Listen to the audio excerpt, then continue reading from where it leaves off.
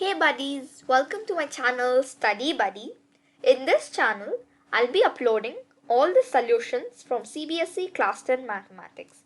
So today we are going to solve the first problem of exercise 1.1 from the polynomials chapter. So let's get started with the first problem. Question number 1. The graph of y is equal to p of x are given below for some polynomials p of x.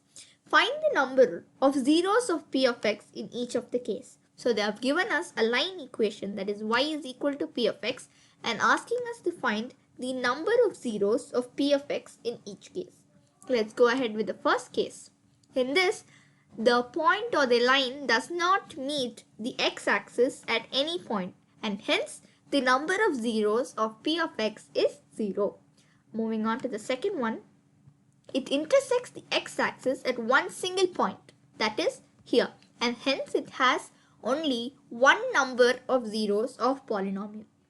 Next, the third one intersects the y-axis or cuts the y-axis at three different points, and hence the number of zeros of p of x is 3.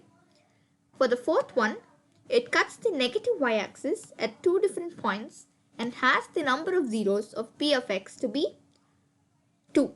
Moving on to the fifth problem, it cuts the y-axis at 1, 2, 3 and 4 different points, and hence it has the number of zeros of p of x to be 4.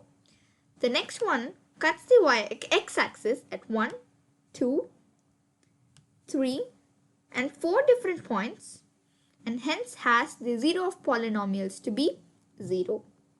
So we have finished solving the first problem. In my other video, you will find the solution for the remaining problems.